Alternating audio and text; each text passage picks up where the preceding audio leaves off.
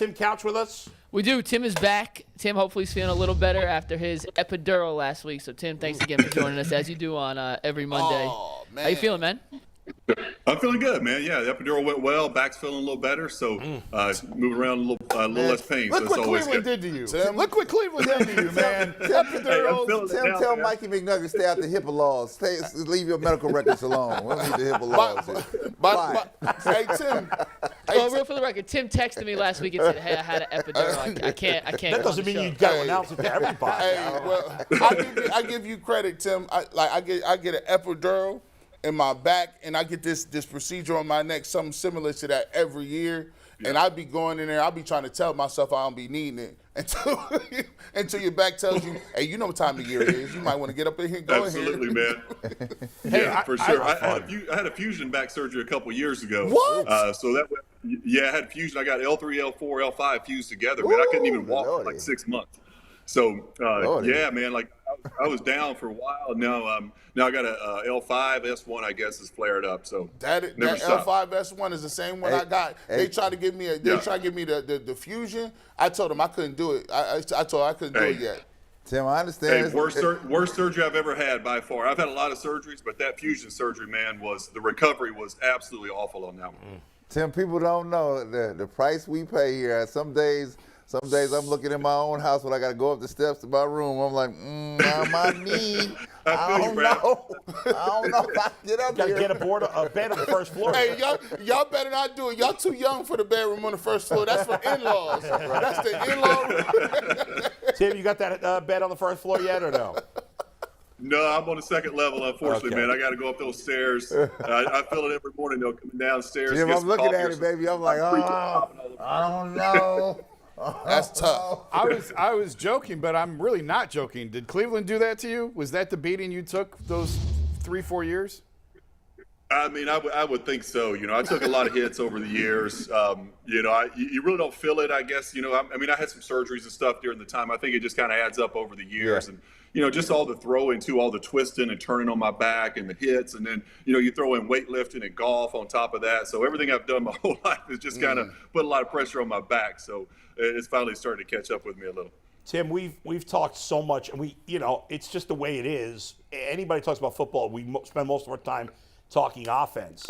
And but I think in the end, you know, for all the criticism, I think somewhat unfairly, some of these guys would disagree, for the play calling, for all the talk about Jacoby Brissett, who's been probably better than we expected overall.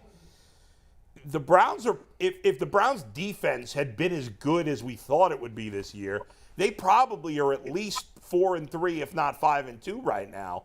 I think the defense is mostly to blame for them being 2-5. Is that fair, unfair? What do you think? I would 100% agree with that. You know, I think Jacoby Brissett has played winning football. You know, I think he's far exceeded what I thought he was going to look like going into this season. You know, I think he's played really well, especially early on in games, you know, when he's gotten situations where they've really needed him to go make plays and go make game-winning drives. That's not who he is. Of course, you know, he's going to struggle in those situations, but I think he's really done a good job of managing the football games early on, taking care of the football, getting the team in and out of the right plays. It looks like he's going to the right spot with the ball, getting it out quickly on time. So I think he's played winning football. The defense has certainly let him down. You know, obviously we can go to a couple games and say they flat out lost the game for the Browns. So you know, but I think offensively they've done okay without their starting quarterback. They've done about all they can do. Nick Chubb I guess he's leading the league in rushing right now. I assume he still is. You know, so they've done some really good things on that side of the ball. But defensively, it's been breakdowns. It's been lack of communication, giving up big plays in untimely situations. So yeah, I would certainly agree with that. So Tim, you live down there in Kentucky, so I know you get that bingo beat all the time. What you think about tonight's game? Bengals, and the Bengals been playing better football as of late. Yeah. But Browns seem to have their numbers some days, right? But you know the what's last going on up here. Browns have been all over them. So you know, Burrow struggled a little bit against the Browns. But Burrow's playing really good football right now, man. Over the last 4 or 5 weeks, I know he's really hot right now. Those receivers are playing really well. I know Jamar Chase is going to be out tonight, but he's still got a lot of other weapons to get the ball to. But I'm a huge Joe Burrow fan. I really believe in that guy. I think he's one of the best players in the entire NFL, and I think it's going to be a struggle for the Browns tonight. I know they're a little banged up in their secondary, so Burrow can, the way he's playing right now, it's going to be a tough matchup for them. And Brissett's going to have to play a great game. He's going to have to come out and put some points on the board, because I think that Burrow's going to light up the scoreboard a little bit. So, Brissett's going to have to come out and match that. A big matchup obviously is the Bengals O-line versus the Browns D-line. We know the Browns defensive tackles have been awful. We know they got great ends. As for the Bengals offensive line, it was a disaster last year. They have 4 new starters.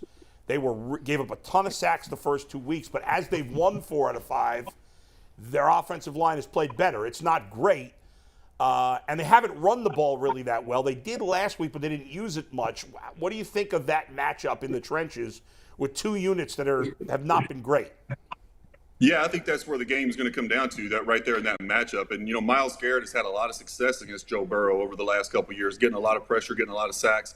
So they're going to have to find a way to block Myles. I think what Joe's been doing over the last few weeks, from what I've seen, is he's really starting to get rid of the football a lot quicker. He's not holding the ball, which is helping out his offensive line. I think he's getting through his reads a little quicker and understanding he doesn't have that much time. So he's getting to his second and third read a lot quicker. So, if he holds the ball against the Browns, obviously it's going to be a huge test for that offensive line to block Garrett and those guys out on the edge. So it's going to be something fun to watch within the game tonight for sure. Tim, Jay and Bull came to blows earlier this week over Nick Chubb's usage and the amount of carries he's getting. And then Sunday, you see Titans running back Derrick Henry. Thank you. Derrick Henry carried 32 times. He's had 62 carries in the last 2 weeks. As a quarterback, where do you fall on this? It's obvious there are 2 teams that are kind of built the same to me, the Browns and the Titans. And you have one organization that's just going to run their running back until the wheels fall off and go find another one. And you have another organization who very clearly is trying to play the long game. Where do you fall in this? Who's right and who's wrong? I would probably lean towards more you do whatever you need to do to win the game. I think you do want to keep Chubb keep the hits off of him as much as you can. But when you're in a game and you're not able to throw the football and Nick Chubb is hot and he's running the ball down their throat, averaging 5, 6, 7 yards a carry, I keep giving it to that dude as much as possible. He's built for this. You see him in the offseason with these weightlifting videos and he's squatting 700 pounds and the daggone bar's bent in half. Like, this dude's a tank, man. He can take this type of punishment just like Derrick Henry can as well. So I think Nick Chubb wants the ball more. I think he would gladly accept 25 carries, 30 carries in some games. Other games, it's not going to be that way. He can keep his pitch count down a little bit. But when you're in a game, like I said, where, he's hot and the offensive line's playing well, they're moving people up front, I would give it to that dude as many times as possible throughout a game. Speaking of that, I got a little conspiracy theory, Tim. Let's see if you vibe with this. I want to say, how many games out from Deshaun Watson coming? Maybe 4. 4 games. 4 games until he comes back. My conspiracy theory is because I was hot as the rest of them. Like, why ain't Nick Chubb getting the ball?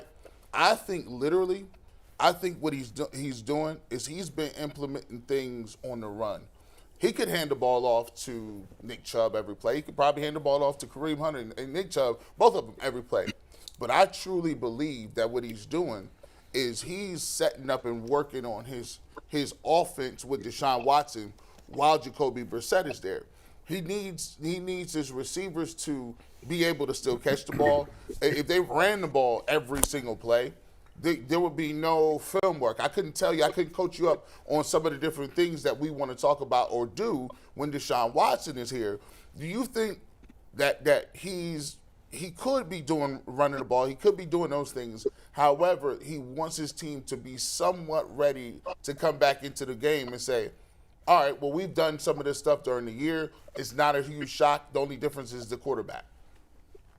Yeah, I think there's some of that. I think it's just a matter of probably wanting to be a little more balanced. I think he believes in his wide receiver group. I think he believes in Amari Cooper and Peoples-Jones. And I'll tell you what, Njoku has played unbelievable football this year. I know we all talked about when the Browns gave him that big contract in the offseason, we're all kind of like shaking our head like, why are they paying this guy like this? But I think he's kind of really lived up to that. He's looked really, really impressive to me so far. I know he's injured right now, but he's looked really good. So, I think he wants to spread the football around and just stay somewhat balanced and just kind of keep keep the defenses guessing a little bit. But there probably is some of that too. He's looking forward to the future, what it's going to look like with Deshaun Watson when he comes back to the lineup. But just trying to get the ball in the hands of the playmakers as much as possible, spread it around, and trying to stay a little balanced, I think is ultimately what he's trying to do.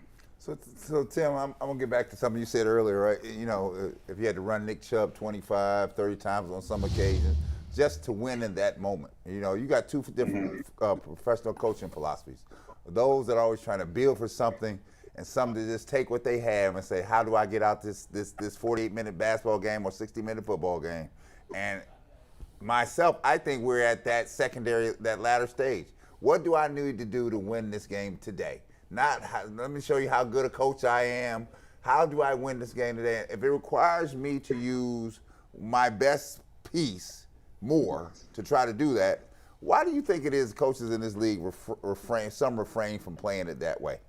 Just taking the win. I don't know. That's a good question. I'm with you, Brad. I think, you go into these games and, maybe you do have a certain type of game plan going in, but once you get in the game and you start filling it out and seeing how they're trying to defend you and play you, well, maybe, what you had planned isn't actually going to work in this game. You got to switch things up, and you do need to give the ball to your playmaker 25, 30 times. I mean, when Michael Jordan was hot, they didn't say, Mike, stop shooting the ball, right? If you can score 50 tonight, go score 50, right? I mean, that's just the way it is. So, I've always been, let's just play to win the game. What do we need to do? If I got to throw it 50 times, then I need to be ready to throw it 50 times. If Nick Chubb needs to run it 30 times, then Nick needs to be able to go 30 times and run the ball. So whatever's working, whatever's hot, whatever is working that particular day, I think you ride it out and you try to get a win out of it. Couple of big, we've talked a lot about the injuries on defense. Obviously, Denzel Ward's not playing, and JOK may not play tonight. But on the offense, Tim, two really big injuries. Wyatt Teller is not playing, and he's probably their second best offensive lineman behind Bitonio, and he might be their best run offensive lineman. And I think the David Njoku injury is huge because since week 3, he's been phenomenal. I mean, he's outside of Mark Andrews and Travis Kelce, he might be the best pass-catching tight end in the league right now, or at least since week 3. So how big are those two injuries for tonight's game? I totally agree with you. Those are huge. We're going to have to score points tonight. Like I said, I think Burrow and that offense are really hot. Not having Teller in there is going to make a big difference in the run game, obviously. Someone's going to have to step up there. But Njoku, I think, is the big one, just like you said. That guy, he was playing at a big-time level, man. They were really getting him the football, especially early on in the game, first half of games. He was getting involved in the passing game quite a bit, putting up big numbers. So I don't know, they got to find a way to replace him. That production is tough to replace what he's been doing so far this season, and he's been so good down in the red zone and catching passes over the middle, keeping drives alive. Run after the catch he's been really good at so far this year. So that's going to be a tough one to replace, and it's tough not having those guys in a game like this. Going up against a quarterback as hot as Burrow, you want all your guys out there and firing all cylinders. But unfortunately, they don't have them, and some guys are going to have to step up and make some plays tonight. We were talking about Teller being out. Last week it seemed the Ravens got more pressure up the middle and more plays right up the middle than I've noticed all year long. And I just wonder, Ethan Postage has been great at center. He's been a revelation after Nick Harris went down. But I saw a couple times where it seemed like he was helping more to the right side because Teller's missing. How often does that happen when you're missing a guard that the center has to shade one way or the other and expose a gap that maybe wasn't there previously if your normal guy is in there? Yeah, I think it goes that way quite a bit. When you have a guy go down, there's they're going to tend to go help him out a little bit. A guy who hasn't played much this year or at all, doesn't have a whole lot of experience, and they're going to make sure they're on the same page with him. Hey, I'm going to help you whenever I can. If I don't have somebody lined up right over me, then I'm going to slide your way, give you a little bit of help. You don't want to expose that guy, and have him have a rough game, a rough start to the game. You want to help him out as much as possible. Slide protections in the passing game that way. Help him out in the run game. Get some double teams up to the second level. So I think there's certainly a lot of that goes on, and it'll have to happen again tonight as well. Last thing, Tim, before I let you go, if I would have told you 14 months ago that not only would Baker Mayfield not be on the Browns, he would be on the Carolina Panthers, and he'd be benched for P.J. Walker, an undrafted free agent, how stunned would you have been? Pretty stunned, actually. I really thought Baker was going to have a good season once he got healthy.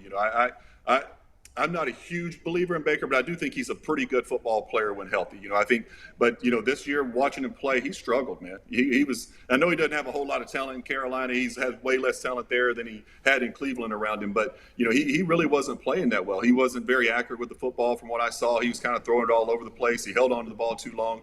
And I watched PJ play a little bit last week. That guy's making plays all over the field. It's going to be hard to get him off the field. They're winning games now. They fire their coach and put in their, I guess, third string quarterback, and now they're starting to win games for whatever reason. But it's been tough for Baker. Hopefully he can bounce back and try to get on his feet and land somewhere else.